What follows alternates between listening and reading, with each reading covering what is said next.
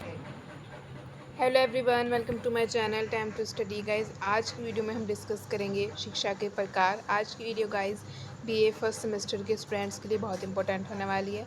तो गाइस आज की वीडियो आप बिल्कुल भी मिस मत कीजिएगा, वीडियो को एंड तक ज़रूर देखिएगा। ये वीडियो आपके लिए काफ़ी हेल्पफुल होने वाली है। आज की वीडियो में गाइस हम शिक्षा के प्रकार डिस्कस करेंगे, काइंड्स ऑफ एजुकेशन, जिसमें हम देखेंगे औपचारिक शिक्षा, अनौपचारिक शिक्षा, निरौपचारिक शिक्षा, सामान्य और विशेष शिक्षा, प्रत्यक्ष और अप्रत्यक्ष शिक्षा और व्यक्तिगत तथा सामूहिक शिक्षा। आज हम इन सभी टॉपिक्स को डिस्कस करेंगे। आप सभी को ये देखने में ज़्यादा टॉपिक्स लग रहे होंगे कि बहुत सारा है, लेकिन कोई प्रॉब्लम नहीं है। मैं इन्हें बहुत ईजी वे में आपको समझाऊंगी। आपको एक बार ये पढ़कर अच्छे से हमेशा हमेशा के लिए लर्न हो जाएगा। आप इसे कभी भी नहीं भूलेंगे। बहुत ईजी वे में मैं आज आपको बताने वाली हूँ। तो चलिए गाइस वीडियो को स्टार्ट करते हैं। गाइस ये हैंड रिटन नोट्स हैं, इसलिए आप ध्यान से देखिएगा। शिक्षा के प्रकार फर्स्ट देखते हैं औपचारिक शिक्षा। औपचारिक शिक्षा को नियमित और कृत्रिम शिक्षा कहा जाता है और इसमें शिक्षा योजनाबद्ध होती है। यह जानबूझकर पहले से विचार करके प्रदान की जाती है। इस प्रकार की शिक्षा के निश्चित उद्देश्य होते हैं, निश्चित पाठ्यक्रम और निश्चित शिक्षण विधियाँ होती हैं। यह शिक्षा निश्चित समय पर निश्चित शिक्षण स्थानों, शिक्षण सारणी व निश्चित शिक्षकों द्वारा दी जाती है। यह शिक्षा विद्यार्थी के ज्ञान को व्यवस्थित करती है व आचरण को अच्छा बनाती है और उसके व्यवसाय को प्रशिक्षण देती है। यहाँ तक आई होप आप सभी को क्लियर हो गया होगा गाइस।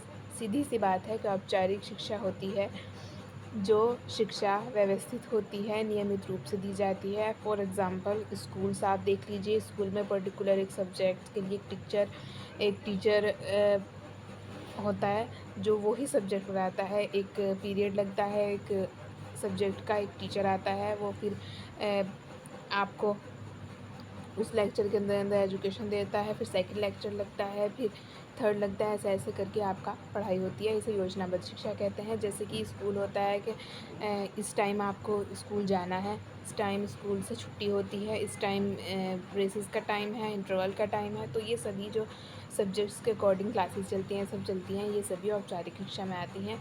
सामान्य रूप से आप कह सकते हैं कि विद्यालय शिक्षा को ही औपचारिक शिक्षा कहा जाता है। तो आई होप गाइस आप सभी को क्लियर हो गया होगा। थोड़ी सी हम औपचारिक शिक्षा की विशेषताएं देख लेते हैं। औपचारिक शिक्षा सुनियोजित और व्यवस्थित ढंग से दी जाती है। सेकंड है औपचारिक शिक्षा कठोर, कृत्रिम और जीवन के अनुभवों से दूर होती है। औपचारिक शिक्षा मुख्य रूप से विद्यालय में दी जाती है। देखिए यहाँ पे वही पॉइंट आ गया जो मैंने आपको भी बताया था। औपचारिक शिक्षा पूर्व निर्धारित उद्देश्यों को ध्यान में रखकर दी जाती है। औपचारिक शिक्षा का निश्चित पाठ्यक्रम होता है और यह शिक्षा एक निश्चित अवधि के बाद बंद हो जाती है। जैसे कि हमारी क्लास है, फर्स्ट क्लास है, तो हमारी फ़र्स्ट क्लास कंप्लीट हो गई हमारी कंप्लीट हो गई फर्स्ट क्लास। फिर सेकंड क्लास स्टार्ट हुई, वो कंप्लीट हो गई। थर्ड हो गई, वो कंप्लीट हो गई। मतलब इसकी अवधि होती हैं और ये एक निश्चित अवधि के बाद समाप्त हो जाती है। यानी कि जब बच्चा कोई अपनी पढ़ाई पूरी कर लेता है तो उसकी वो औपचारिक शिक्षा कंप्लीट हो जाती है। तो आई होप आप सभी को क्लियर हो गया होगा। चलिए अब देखते हैं हम एक और पॉइंट बचा है इसमें परीक्षा पास करने पर बल दिया जाता है। जाहिर सी बात है, जो भी बच्चे स्कूल्स में पढ़ रहे हैं उनका मेन मोटिव ये होता है कि वो जिस क्लास में है उस क्लास को पास कर लें। यानी कि ये पूरी की पूरी विद्यालय बेस्ड, स्कूल बेस्ड शिक्षा होती है। इसे विद्यालयी शिक्षा भी कहा जाता है। इसके थोड़े से दोष देख लेते हैं। औपचारिक शिक्षा निश्चित अवधि के बाद समाप्त हो जाती है, अतः यह पूरे जीवन की शिक्षा नहीं है। ओके। औपचारिक शिक्षा कृत्रिम होती है और बालकों को ज़बरदस्ती दी जाती है। मतलब बच्चे का मन है नहीं है, लेकिन उसे स्कूल जाना पड़ता है क्योंकि उसका एडमिशन हुआ है स्कूल में, तो उसे जाना पड़ता है एक जो पहले से सेट है टाइम उस पर। तो ये सभी कृत्रिम होती है, ये सभी चीज़ें। तो औपचारिक शिक्षा आई होप आप सभी समझ गए हैं। चलिए देखते हैं अपना नेक्स्ट, अनौपचारिक शिक्षा। अनौपचारिक शिक्षा जो होती है गाइस, वो औपचारिक शिक्षा से बिल्कुल अपोजिट होती है। चलिए स्टार्ट करते हैं इसे। अनौपचारिक शिक्षा को वास्तविक शिक्षा भी कहा जाता है। यह वह शिक्षा होती है जो अचानक स्वाभाविक होती है। शिक्षा जानबूझकर पहले से विचार करके नहीं दी जाती, बल्कि बालक इसे परिवार के अंदर, खेल के मैदान से, समाज से प्राप्त करता है। इसका कोई निश्चित उद्देश्य नहीं होता है, ना कोई पाठ्यक्रम होता है, ना कोई शिक्षण विधि होती है।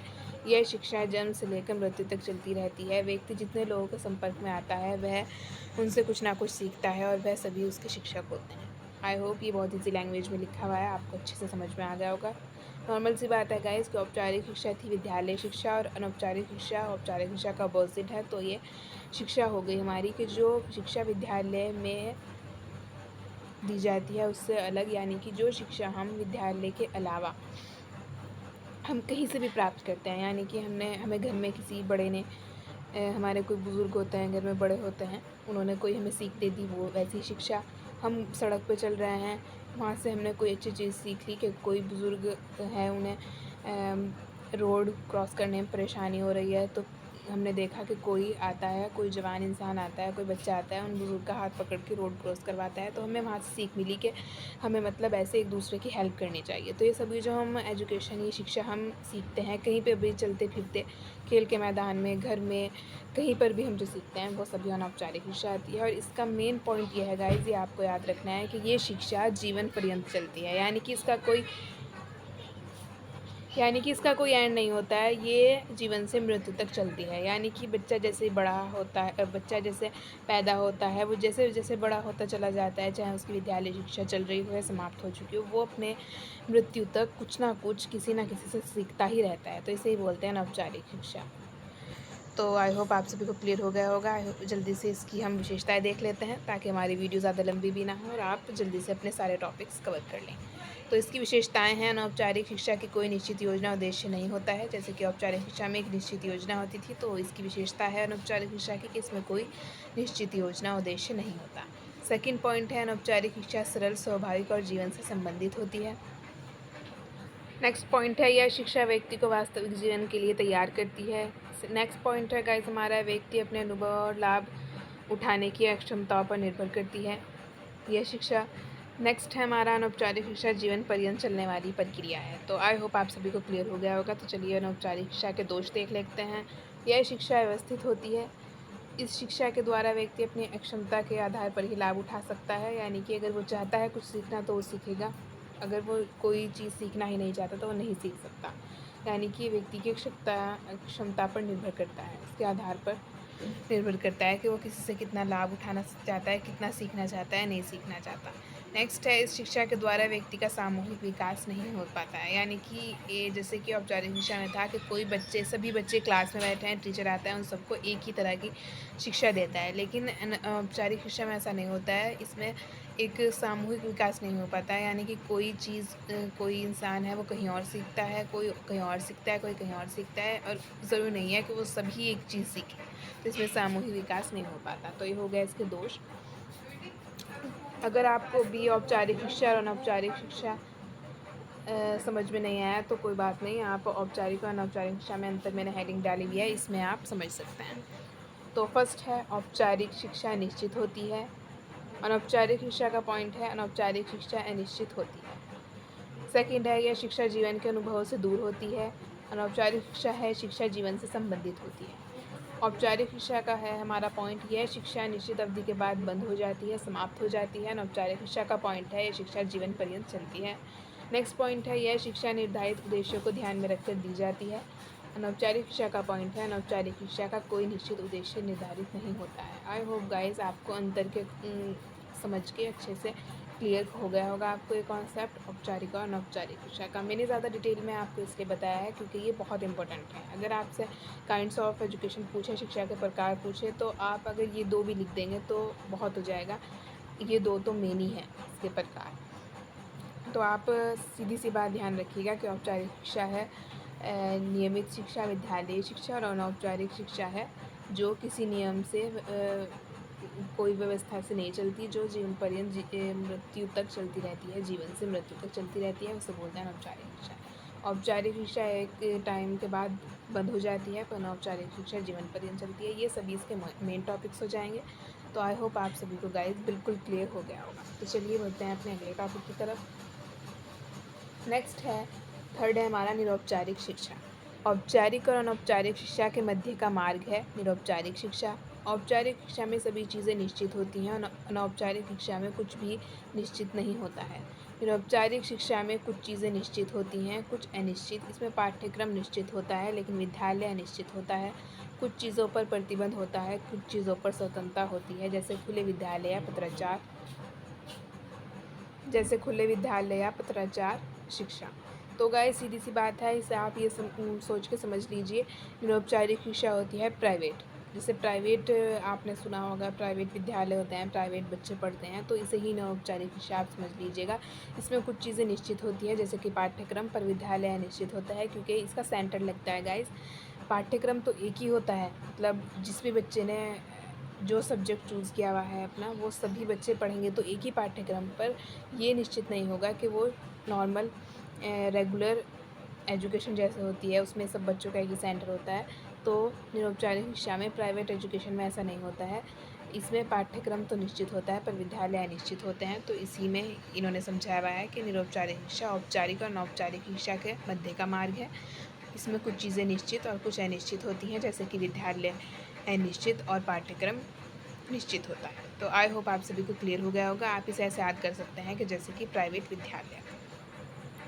नेक्स्ट देखते हैं गाइज हम अपना प्रत्यक्ष शिक्षा। प्रत्यक्ष शिक्षा वह होती है जिनमें शिक्षक और शिक्षार्थी प्रत्यक्ष रूप से एक दूसरे के संपर्क में रहते हैं, प्रभावित करते हैं, एक दूसरे को आपस में अंतःक्रिया करते हैं। इस प्रकार की शिक्षा में शिक्षक का सीधा प्रभाव बालक पर पड़ता है, इसलिए शिक्षक का निष्पक्ष होना ज़रूरी है। प्रत्यक्ष शिक्षा में गाइज ये बताया हुआ है, बहुत ईजी लैंग्वेज में वैसे तो ये लिखा हुआ है, पर फिर भी मैं आपको अच्छे से डिटेल में बता रही हूँ ताकि ये इंपॉर्टेंट टॉपिक है, आप कभी भी ना भूलें इस टॉपिक्स को। तो प्रत्यक्ष शिक्षा आप सोच लीजिए कि ट्यूशन, जैसे हम किसी टीचर से ट्यूशन लेते हैं तो हम अपने टीचर के सामने बैठे होते हैं, कोई हमारी क्वेरी होती है तो हम उनसे पूछ लेते हैं, वो हमें बता देते हैं। इस तरह हमारे और टीचर के बीच में अंतःक्रिया होती है और टीचर और बच्चा एक दूसरे को प्रभावित करते हैं, एक दूसरे पर प्रभाव डालते हैं। तो इसी को हम प्रत्यक्ष शिक्षा का नाम दे सकते हैं कि जिसमें बच्चा और टीचर जो है उसका वो आमने सामने हो, यानी कि उनका प्रत्यक्ष हो रहा हो आमना सामना। तो इसे बोलते हैं प्रत्यक्ष शिक्षा। आप स्कूल की शिक्षा भी ले सकते हैं और ट्यूशन तो इसमें मेन ही आएगा।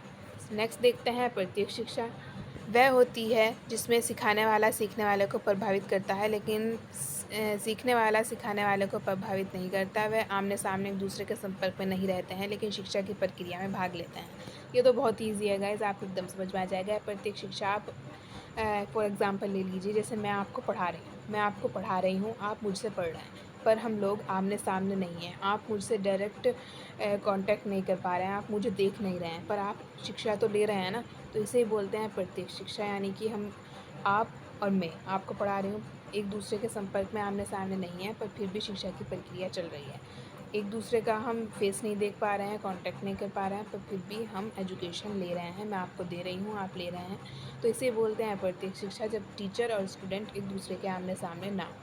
दूरस्थ शिक्षा, ऑनलाइन एजुकेशन इसका बेस्ट एग्जाम्पल है। तो अप्रत्यक्ष और प्रत्यक्ष शिक्षा आप समझ गए होंगे कि जिस प्रत्यक्ष शिक्षा होती है जिसमें टीचर और स्टूडेंट आमने सामने बैठकर शिक्षा ग्रहण करते हैं, और अप्रत्यक्ष शिक्षा वो होती है जिसमें शिक्षा की प्रक्रिया तो चलती है बट टीचर एंड स्टूडेंट एक दूसरे के सामने हो, ये ज़रूरी नहीं है। इसे बोलते हैं प्रत्यक्ष शिक्षा। आई होप गाइज़ कि आपको मेरा पढ़ाया हुआ समझ में आ रहा होगा अब तक। तो आगे भी बहुत अच्छा हमारा कॉन्सेप्ट चलेगा, तो आप वीडियो को बिल्कुल भी स्किप मत कीजिए, बहुत ईजी होने वाली है आपके लिए आगे की वीडियो।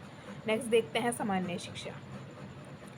सामान्य शिक्षा वह शिक्षा होती है जो बालक को सामान्य जीवन के लिए तैयार करती है। इस शिक्षा का उद्देश्य बालक को किसी व्यवसाय के लिए तैयार करना न होकर जीवन के हर क्षेत्र के विषय में सामान्य ज्ञान प्रदान करना है। यह शिक्षा बालक के लिए अधिक महत्वपूर्ण और उपयोगी होती है। सामान्य शिक्षा, नॉर्मल एजुकेशन, मतलब ये नाम से ही पता चल रहा है कि नॉर्मल, सामान्य शिक्षा यानी कि सभी विषयों के बारे में बच्चे को बराबर का ज्ञान देना, ताकि उसे हर विषय के बारे में पता हो। तो इसे बोलते हैं सामान्य शिक्षा, यानी कि किसी विशिष्ट विषय के लिए तैयार नहीं किया जा रहा है बच्चे को, नॉर्मल सामान्य शिक्षा दी जा रही है सभी विषयों की। इसे बोलते हैं सामान्य शिक्षा। आई होप इसमें तो कोई समझाने की बात ही नहीं है, आप समझ गए होंगे। नेक्स्ट देखते हैं अपना विशिष्ट शिक्षा। ये गाइस सामान्य शिक्षा से अपोजिट होती है, तो चलिए देखते हैं। विशिष्ट शिक्षा को व्यावसायिक शिक्षा भी कहा जाता है। विशिष्ट शिक्षा वह होती है जो बालक को किसी कार्य विशेष या व्यवसाय के लिए तैयार करती है, जैसे बालक का शिक्षक बनने के लिए बीएड करना, एडवोकेट बनने के लिए एलएलबी करना विशिष्ट शिक्षा के अंतर्गत आता है। ये तो मैंने फॉर एग्जांपल के थ्रू आपको पहले ही लिखवाया हुआ है, तो आप देख लीजिएगा।